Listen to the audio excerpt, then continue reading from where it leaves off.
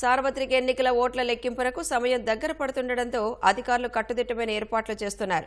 Polling అనంతరం రాష్ట్రంలో పెద్ద ఎత్తున హింస చెలరేగడంతో పోలీసులు మరిన్ని జాగ్రత్తలు తీసుకుంటున్నారు. కేంద్ర బలగాలను రంగంలోకి దించిన పోలీసు శాఖ వివిధ చోట్ల కవాతు నిర్వహించింది. గొడవలకు దిగితే కఠిన చర్యలు తప్పవని హెచ్చరించింది.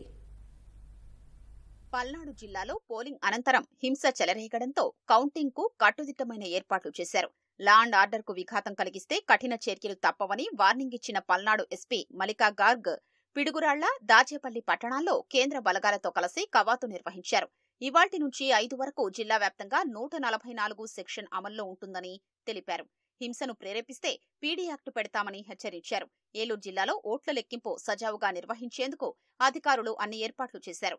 938 మంది సిబ్బందికి ఇప్పటికే శిక్షణ ఇచ్చారు. కౌంటింగ్ హాల్లో అభ్యర్థులకొచ్చిన ఓట్ల వివరాలు అందరికీ కనిపించేలా డిస్ప్లే బోర్డులు ఏర్పాటు చేస్తున్నారు.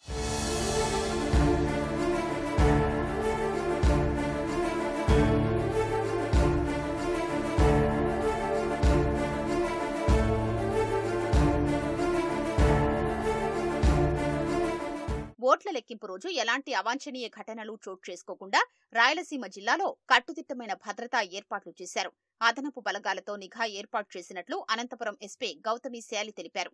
జిల్లాలోని సున్నితమైన ప్రాంతాల్లో భద్రతా చర్యలు తీసుకున్నామన్నారు. పోలింగ్ కేంద్రం వద్ద 3 అంచెల భద్రత ఏర్పాటు చేసినట్లు చెప్పారు. పుట్టపర్తి నియోజకవర్గంలోని కొత్త చెరువులో డీఎస్పీ వాసుదేవన్ ఆధ్వర్యంలో పోలీసులు మాక్ డ్రిల్ నిర్వహించారు.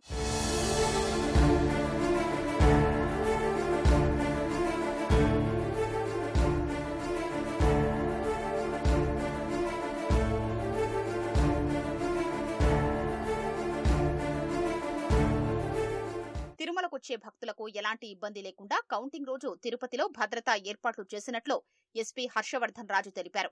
రాష్ట్రంలోనే అత్యంత ఎక్కువ రౌండ్లు ఉన్న పాణ్యంలో వీలైనంత త్వరగా లెక్కింపు పూర్తి చేసేందుకు చర్యలు చేపట్టినట్లు ఎన్నికల అధికారి మౌర్య తెలిపారు. వైఎస్సార్ జిల్లా జమలమడుగులో గొడవలకు కారణమవుతారని భావించిన 70 మందిని గుర్తించామని పోలీసులు తెలిపారు. వారిలో 32 మందిని గృహ నిర్బంధం చేస్తామన్నారు. 6గురిని జిల్లా బహిష్కరణ చేయనున్నట్లు తెలిపారు. కౌంటింగ్ తర్వాత విజయోత్సవ ర్యాలీలకు అనుమతి లేదన్నారు. విశాఖ జిల్లాలో కేంద్ర బలగాలతో భద్రతా ఏర్పాట్లు చేసినట్లు Visakha north zone ACP Sunil తెలిపారు. భీమిలిపై ప్రత్యేకంగా దృష్టి సారిస్తామన్నారు.